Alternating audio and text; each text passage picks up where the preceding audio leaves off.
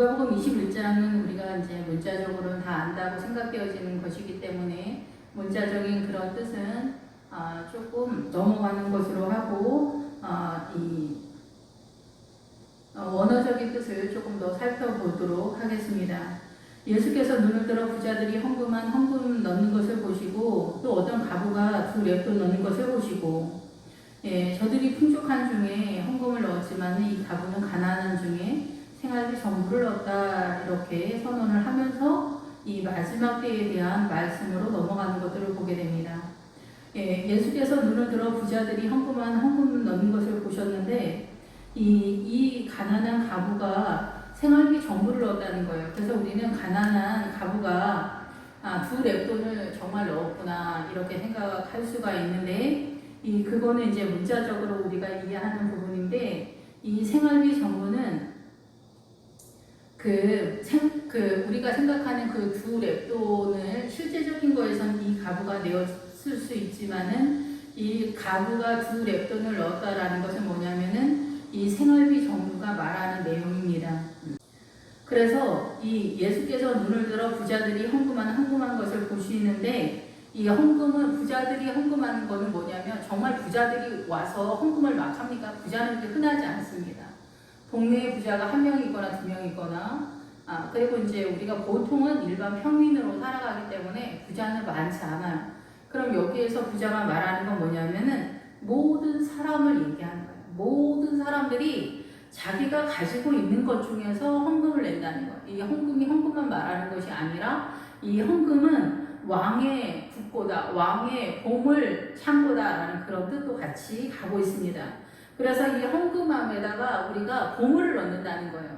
그래서 이 부자들은 뭐냐면 모든 성도들을 말하는 거예요. 모든 성도들이 헌금을 하러 하나님 앞에 나아가는 건 뭐냐면 내 인생에 있어서 아버지께 나의 모든 것을 바친다라는 거예요. 아버지께 나의 모든 것을 바치는데 그 중에서 시간을 드리거나 헌금을 드리거나 헌신을 드리거나 마음을 드리거나 이런 것들에 대해서 하나님 앞에 내어드려야 되는 게 많잖아요. 희생을 하거나 뭐 동물 제사에 있어서도 그렇고 우리 인생 전체 속에서 하나님 앞에 내어드려야 할 것들이 있는데 그런 것에 있어서 우리는 다 그 풍족한 중에 조금씩 낸다는 거예요. 시간도 조금 내드리고 마음도 조금 내드리고 헌금도 조금 내드리고 뭐 이렇게 하는 거예요. 그런데 이 가난한 가부는 뭐냐? 이 가부는 뭐냐면은 우리가 생각하는 일반적으로 남편이 없는 여자를 말하는 게 아니라 사실상 남편 없는 여자인데 이 남편 없는 이 가부가 뭐냐면은 저는 이렇게 이해가 됩니다.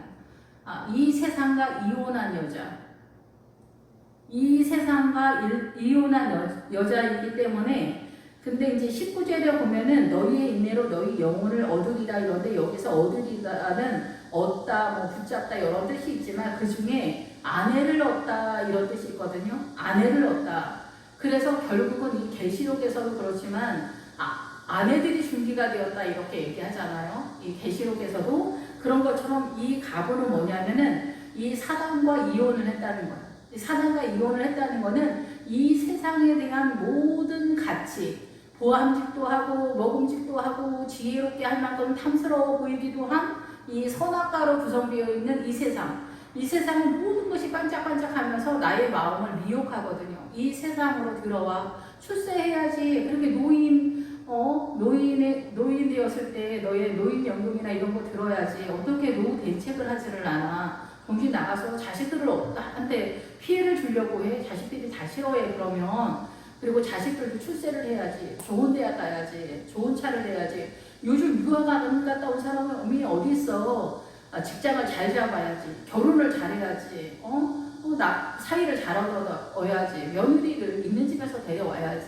이런 모든 것들이 부유함이라는 거예요. 내가 가지고 있는 이 세상에 모든 것을 내가 가지고 있다는 거예요. 그리고 이 세상을 가지려고 열망하면서 이기적으로 이 탐심을 위해서 전력질주하는 그런 삶을 살아가고 있는 이 부자들이다라는 거예요. 그래서 어느 한 부자가 나타나는 게 아니에요. 모든 사람들의 거의 99.9%는 부자들인 거예요. 내가 가지고 있는 것 중에서 하나님께 조금 내어드린 거예요. 그래서 헌금 돈만 얘기하는 게 아니라 우리 인생 전체에서 말하는 거예요. 그래서 진주를 만난 사람, 보석을 만난 사람, 천국 비유에서 예수 그리스도를 만난 사람은 인생 전체를 주님께 내어드리는 거예요. 집만 파는 게 아니라 내 인생 전체를 팔아서 예수님을 사는 거예요. 예수님을 돈 주고 사는 겁니까? 믿음으로 구원을 얻는 거지 아니에요. 우리 인생에 자기의 생명을 다 내어드려야 자기 생명을 잃은 자가 자기 생명을 얻는다라고 하잖아요. 그래서 우리의 생명은 이 세상의 문화권 속에 다 걸쳐 있어요. 그래서 이 세상을 포기하는 사람들, 그 여자 포기한 사람이 이 세상 사단이 우리의 주인이잖아요. 너희 아비는 마귀다 그랬잖아요. 지난 시간에. 그런 것처럼 이 가부는 너희 아비 마귀랑 이혼을 한 상태라는 거예요. 그리고 누구에게가? 예수님께로 나아가는 거죠. 그래서 이 여자는 이 세상에 대해서 두 랩돈을 가지고 있다 이렇게 볼 수가 있는 거예요. 그래서 이 여자는 이 세상의 기운에 있어서 미혹당하지 않고 예수 그리스도에게도 집중하는 여자. 그래서 이 두 랩돈이라는 단어의 뜻에 무슨 뜻이 있냐면은 껍질을 벗기다라는 그런 뜻이 있거든요. 그래서 우리가 이 말씀이 계시된다, 드러내서 보여준다 이런 뜻이 있잖아요. 그런 것처럼 이 거짓 없이 드러난 상태다. 이 사단의 문화권이, 사단의 통치권이 이 세상이 선악과로 존재하고 있다는 거예요. 그 선악과가 지금도 우리는 많이 따먹고 있는 거예요. 근본적으로 아담이 따먹어서 문을 열어놨는데 사람들이 이리로 다 여기서 태어나면서 이 선악과를 다 따먹는 거예요. 우리가 보암직도 하고 먹음직도 하고 지혜롭게 할 만큼 탐스럽기도 해 보이는 이 세상이 너무나 반짝반짝하면서 내가 어떻게 하면 출세를 할까? 어떻게 하면 돈을 벌까? 어떻게 하면 예쁠까? 어떻게 하면 어떻게 될까? 어떻게 하면 내가 지나갈 때 많은 남자들이 나를 흠모하면서 쳐다볼까? 남편만 나를 쳐다보면 되잖아요. 그런데 많은 여자는 80이 돼도 여자고 죽을 때까지 여자가 미쳤어요. 무슨 여자야? 그냥 사람인 거지. 자기 남편에게서 여자이면은 다 얻은 거잖아요. 근데 왜 우리는 동네 사람들이 내가 지나갈 때 다 쳐다봐야 되죠? 음란이 충만해서 흘러 넘쳐가는 거죠. 사실상 남편이 쳐다보는 거는 부담스러울지도 모르지, 이제는. 그 정도의 상황이라면. 예, 우리는 이렇게 어둠 가운데 살면서도 내가 굉장히 우아하고 많이 인기가 있고, 내가 젊었을 때 어땠는지 알아? 나 정말 내가 지나가면 온 동네 사람들이 난리였다. 나 젊었을 때 엄청 부자였어. 나 서울대 나온 사람이야. 나 IQ 150이야. 나 공무원이야. 나 유학 갔다 온 사람이야. 우리 아들이 얼마나 똑똑한지 알아? 예, 탤런트 전원주 아줌마도 우리 아들 장동건 같다고 막 이러잖아요. 예, 근데 사람은 잘생겼어도 그 사람의 아우라가 더 중요한 것도 있는데 어쨌든 내 아들은 다 장동건이잖아요. 그래서 우리는 이렇게 다 부자인 거야. 이 세상에 대해서 다 부자인 거야. 더 못 가져서 애가 타지. 크리스찬들도 다. 지금 여기 크리스찬들한테 얘기하잖아. 예수님을 믿는 사람들이 얘기하는 거예요. 그래서 주님이 지켜보고 있다는 거예요. 너의 삶을 지켜보고 있다는 거예요. 너의 삶 속에서 너는 나에게 얼마만큼의 마음을 가지고 오니? 얼마만큼의 헌금 1억, 2억, 3억 낸 사람이 대단한가요? 그거 아니잖아. 우리 물론 그거 아닌 줄 알아. 근데 여기서 두 랩돈인 여자는 생활비 전제다라는 것은 이 여자의 삶의 모든 기간 생명이라는 뜻이 있어요. 이 생활비 전부라는 이 생활비라는 단어가 생명이라는 뜻이 있어요. 그래서 이 여자는 이 두 랩돈밖에 없기 때문에 이 두 랩돈 200원 정도 되는 돈을 들였다고 했을 때 200원 보다 20원이나 2원 정도까지 내려간다고 해요. 그런데 이 동전의 8분의 1이니까 얼마나 작은 돈이겠어요. 그러니까 그런 돈은 거의 있지도 않은 돈 같은, 사용도 하지 않는 것 같은 그런 생활비 정도를 굳이 하나님 앞에 갖다 드리면서 울면서 주님 제가 이거밖에 없으니 주님 받아주세요. 이런 헌금을 했다라고 보기는 어렵습니다. 물론 그런 경우가 있죠. 우리가 경제적인 어려울 때 헌금을 1,000원 낼 때가 있죠. 아이들은 더 작게 낼 수는 있지만 그렇지만은 여기에서 말하는 것은 생명이라는 단어가 있기 때문에 앞부분에서 설명했던 이 세상의 모든 것들을 내려놓고 이제 이 여자는 이 세상에 연연해 하는 그 세력이 두 랩돈이다 이렇게 볼 수 있다라는 거죠. 물론 문자적인 그대로 볼 수는 있겠죠. 그러나 이 가구는 결핍이라는 뜻이 있으면서 구렁이에 빠졌다 이런 뜻이에요. 그래서 우리가 생각하는 그냥 이 세상에서 말하는 가부는 남편이 없으니까 옛날에는 더 기가 막힌 세월을 살았죠. 가부들이. 그러는데 지금도 마찬가지예요. 여기에는 그 주님이 들어갈 공간이 없다라는 뜻이에요. 원래 가난하다라는 것은 하나님의 나라를 이루는 베이스를 까는 거거든요. 그런데 이 가보는 가난함의 지존인데 하나님의 세력이 못 들어간다는 그런 의미를 갖고 있고 결핍의 최고를 선언을 하고 있어요. 이거는 구약에서 이 생명이 들어갈 때는 골짜기, 고난을 통해서 그 영혼의 틈을 내서 들어간다는 뜻인데 그 틈이 지나갈 공간이 없다는 거예요. 그러면 이 가부라는 뜻은 원래 좋지 않은 거죠. 그런데 이 가난한 가부가 말하는 것은 바로 이제 이 모든 것들을 이 세상을 버리고 하나님께 자기의 모든 것을 드리는 자죠. 이런 사람들이 우리가 목회자라고 일단은 볼 수가 있겠죠. 목회자들이 자기의 삶을 버리고 주님께 내어드리잖아요. 그러니까 이 세상을 버리고, 이 세상을 버리고 하나님의 나라를 붙잡는 그런 상황이라는 거죠. 그래서 이 자기의 삶의 모든 기간과 생명과 자기 인생 전부를 주님께 드린다. 이렇게 볼 수가 있습니다. 이런 상황에서 우리가 이 말세의 종말을 어떠한 시각으로 볼 것인가 이렇게 말씀을 드리고 싶네요. 5절부터는 이제 우리가 이제 종말론적 신앙관에 대해서 제가 이제 문자적인 것들은 여러분들이 잘 알고 있기 때문에 문자적인 것들은 베이스로 깔고 가도록 하겠습니다. 어떤 사람들이 성전을 가리켜 그 아름다운 돌과 헌물로 꾸민 것을 말하며 예수께서 이르시되 너희 보는 이것들이 날이 이르면 돌 하나도 돌 위에 남지 않고 다 무너뜨려지리라. 이 성전을 헤롯 성전을 이렇게 엄청 아름답게 꾸몄나 봐요. 그래서 이제 아름다운 돌이니까 뭐 이렇게 장식으로 돌 같이 이렇게 세워놓고 조각. 그래서 우리가 뭐 미켈란젤로나 이런 작품들이나 이런 것들에 대해서 엄청 가치를 두잖아요. 이런 것처럼 이 아름다운 돌들을 꾸며놓은 거예요. 그래서 이 아름다운 돌들을 헌물로 꾸몄다. 이렇게 하나님께 드려진 것으로 꾸며서 이렇게 정리를 잘해놔서 아름답게 꾸며놨다는 거예요. 이 성전에 대해서. 이 헤롯 성전이죠. 이게 눈에 보이는 헤롯 성전. 이 헤롯 성전을 아름답게 꾸몄는데 이 예수 그리스도가 오기 전에는 이 성전이 말하는 것이 바로 예수 그리스도의 형상이지만 예수 그리스도가 오고 나서는 그 성전의 그 시스템 구조가 우리의 영혼 속에 들어서 우리의 영혼 속에 어린 양의 성전을 세우는 것으로 지성소가 이제 이동열한 그런 상태가 된 거죠. 그래서 그 지성소의 내용은 법궤가 있기 때문에 그 법궤 내용이 창세기서부터 계시록이잖아요. 말씀이잖아요. 그래서 이 말씀을 너희 심령 가운데 깨달아서 말씀화되어서 묵상해서 되새김질해서 말씀이 너의 것이 되게 해야 된다라는 거죠.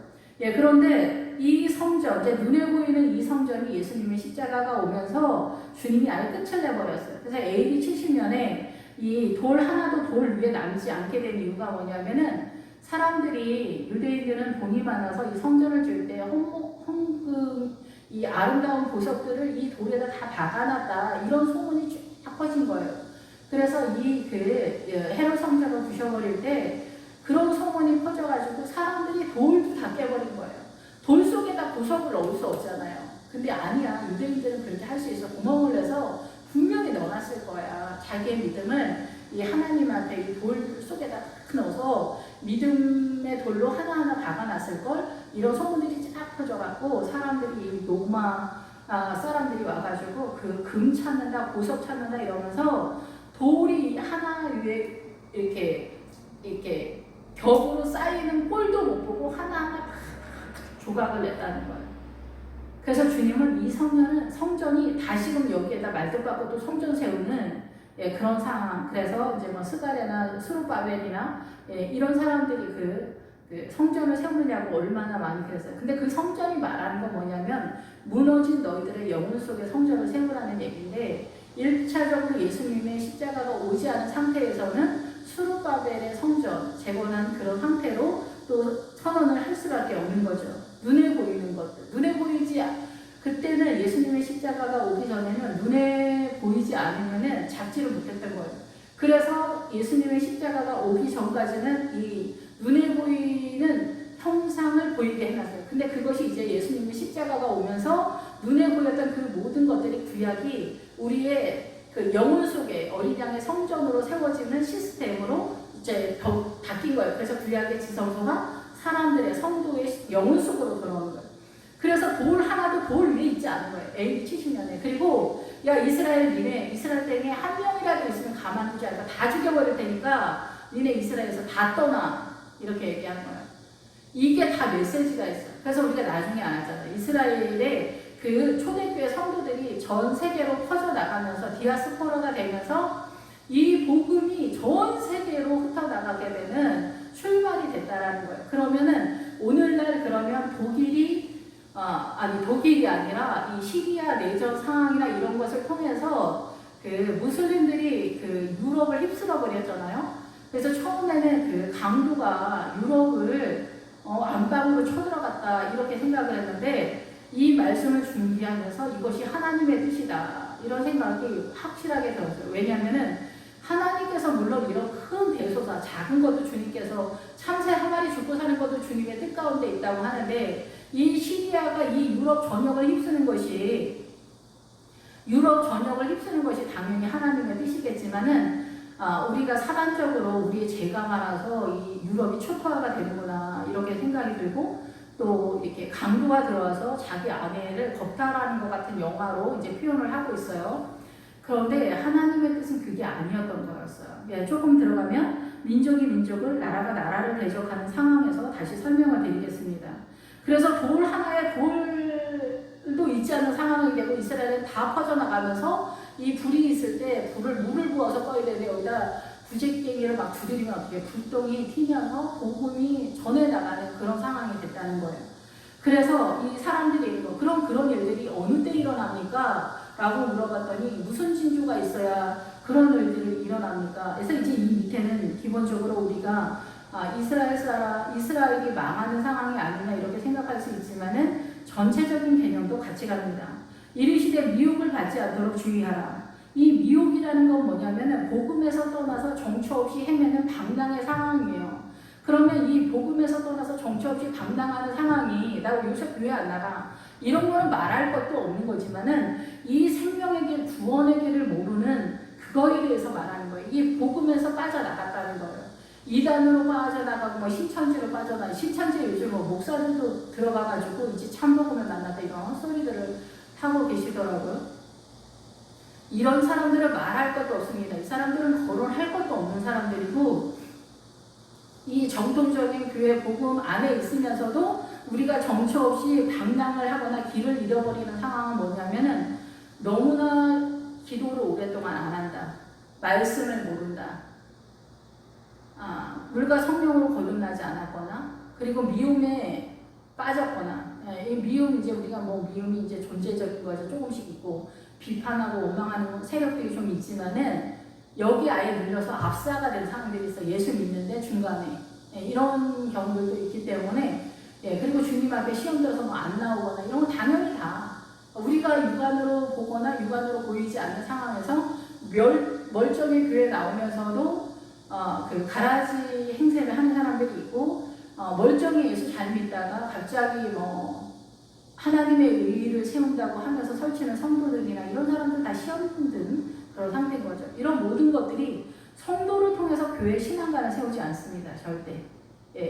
성도들이 그런 것들은 착각을 하는 거예요. 성도가 서원을 하고 나시린처럼 살아서 최고의 믿음에 이르는 게 은 50에 이릅니다. 그 믿음의 실력이. 근데 목회자는 200이 믿음의 실력이에요. 200. 솔로몬의 포도원을 지키는 게 아시겠어요? 성도가 이 50으로 어떻게 세웁니까? 이 50은 타작마당에 겨우 이르는 믿음이기 때문에 이 성도가 이 신앙관을 세울 수 없습니다. 이거의 전체적인 사건을 다루는 것이 늘 말씀드리지만은 아론의 금송아지예요. 이 성도들이 몰려서 성도들의 이렇게 외침 속에서 세워진 그 금송아지가 말하는 게 그거다라는 거예요. 성도들의 신앙관, 목회자가 성도한테 밀려서 세워진 신앙관 교회 운영 체제가 구제와 무슨 프로그램 이런 거 대외적으로 엄청 일 많이 하고 이런 게 금송아지라는 거예요. 우리 교회가 얼마나 선한 일 많이 하는 줄 알아? 다 필요 없는 게 이게 금송아지라는 거예요. 내용 많이 설명해야 되죠. 어쨌든 그래서 여기에서 미혹을 받는다는 거는 이렇게 이 말씀에 대해서 하나님의 나라를 전혀 이해 못하니까 세상 이 사단의 문화권의 원리 속에서 오름을 쫓아가고 있는 거예요. 이거는 이 아모리족 속이 우리를 속이는 세력이라는 것을 모르기 때문에 그렇다는 거죠. 그래서 이 미혹에 빠지는 사람들이 의의를 따른다라고 할 때 많이 빠지는 거예요. 그래서 이제 좌파들, 공산당 이런 사람들이 이게 다 미혹에 빠진 사단의 심화된 상태의 어둠의 영인 상태인 거죠. 그 사람들이 옳음을 따라가고 있다라고 생각하기 때문에 그래요. 그것이 옳은 것이라고 생각하기 때문에 그런 거예요. 그래서 그게 체계화되어 있어요. 그래서 세력화가 되어 있는 거죠. 그런데 그 좌파는 이미 6.25 때 그들의 그 모든 언행 심사관에 그 빨갱이는 거짓말을 잘한다. 이게 벌써 증명이 된 거예요. 쟤네는 정말 옳은 줄 알았더니 입만 열면 거짓말이거나 이런 것이 증명이 된 거예요. 이미 6.25 때. 그런 것들이 다 증명된 상태에 있다고 볼 수가 있는 거죠. 근데 예수 믿는데 이 메인 정통 신앙관 속에서 이 구원의 길을 잘 모르는 게 제일 문제라는 거예요. 여기서 주의하라 해서 이 미움을 받지 않도록 주의하라. 이 주의하라는 눈이 멀다라는 반대어예요. 그래서 깨어 있어야 된다는 거예요. 어떻게 깨어 있을까요? 내가 어떻게 깨어 있어야 깨어 있는 거죠? 기도를 해야 돼요. 물과 성령으로 거듭난 성도가 이 광야에 진입하게 되면서 기도 생활을 해야 깨어나는 거예요. 말씀으로도 깨어나지만 말씀과 기도는 같이 갑니다. 그런데 기도만 해도 기초는 이렇게 띄어요. 왜냐하면 주의 성령께서 인도해 주신다. 물과 성령으로.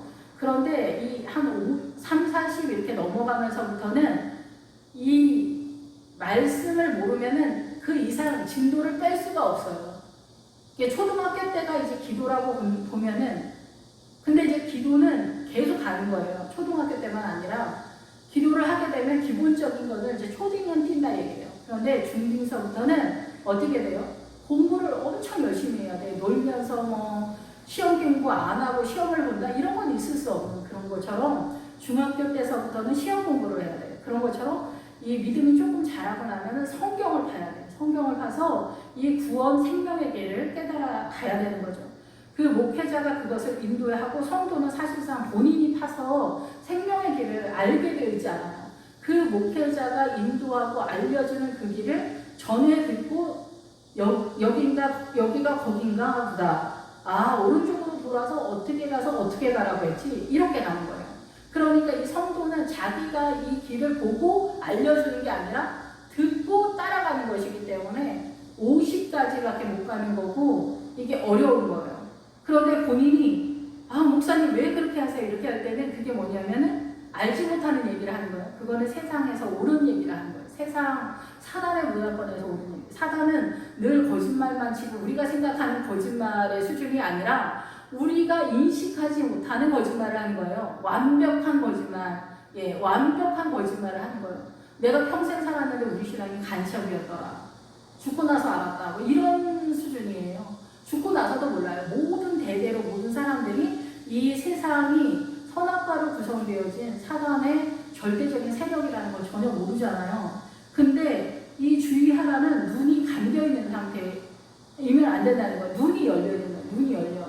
한마디로 말하기는 어려운데 이 눈이 언제 열리냐? 예수 믿고 나면 바로 열리냐? 그게 아니에요. 예수 물과 성령으로 거듭나면 하나님은 살아계시는구나. 하나님이 왕이시구나. 주님이 창조자시구나. 정말 하나님이란 분이 계시는구나. 이거 태어났어. 깐난애기가 뭘 알겠어. 이제 태어났는데 모르잖아요. 그래서 중학교 1학년쯤 들어가야 조금 우리 심부름이라도 시키고 이러잖아요. 그러면 그렇게 학교가 되는 거예요. 이 성경도. 그래서 이게 눈이 열리기 위해서는 기도 생활을 해야 돼요. 5분, 10분, 1시간 이상 계속 해야 되고 어느 때에는 3시간, 4시간씩 작정해서 40일, 50일, 100일 이렇게 가야 돼요. 그리고 이제 이 얘기를 왜 하냐면은 제가 이제 1시간 반, 2시간씩 했는데도 하나님의 은혜가 있긴 있지만 강력하지 않았었던 것 같아요. 물론 저의 그 고집과 아직과 무지와 눈이 먼 것도 있지만은 기도는 3시간, 4시간씩 지속적으로 어느 한 40일이나 이렇게 할 때 강력하게 눈이 열리는 건 아니에요. 아직도 저는 눈이 어두운 사람이고 소경이지만 기본기를 열게 되는 거예요. 1년에 한 번씩 이렇게 해주면 좋을 것 같고 금식도 이렇게 하면 좋을 것 같아요. 그러한 것들이 이제 모여서 이제 성장되어져 가는 신앙 속에서 눈이 열리기 시작하는 거예요. 그래서 하나님의 나라가 이렇게 돌아가나 보다. 성도는 죽을 때가 돼서 50이 넘으면 이제 이렇게 돌아가나 보다 이렇게 하고 목회자도 이제 50, 60이 되면은 구원의 길이 이렇게 되는구나. 이게 전체적으로 어떻게 가르칠지 보이는 그런 상태가 되는 거예요. 자기도 모르는 얘기를 막 하다가 이제 띄엄띄엄 퍼즐 맞추는 거 처음 하나 맞추는데 어디다 맞추는지 전혀 모르잖아요. 그런 것처럼 그러지만 하나씩 맞춰가다 보면 나중에 전체를 맞추는 것처럼 그렇게 되는 거예요. 예, 그래서 많은 사람이 내 이름으로 와서 이르되 내가 그라 하며 때가 가까이 왔다.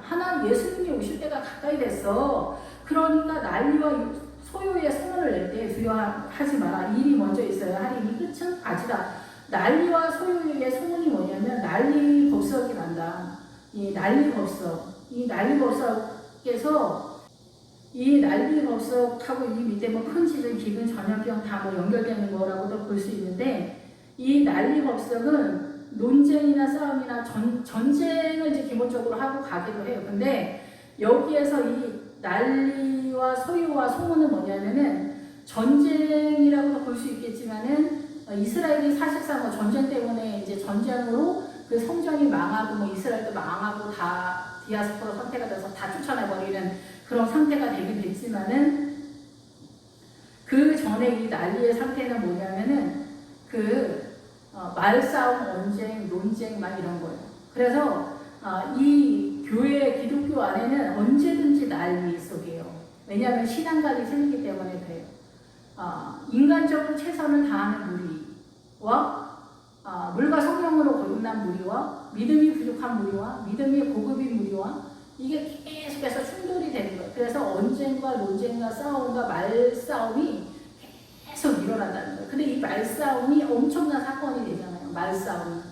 이 말싸움이 엄청난 사건이 돼서 소요가 일어난다는 거예요. 예, 그래서 예수 그리스도가 십자가에 달려서 죽었는데 어떤 청년이 죽었는데 이제 이스라엘 전역에 난리 나잖아요. 야, 그가 메시아래. 야, 메시아가 어떻게 죽냐? 말도 안 되는 소리 좀 하지 마라. 거짓 선지자야.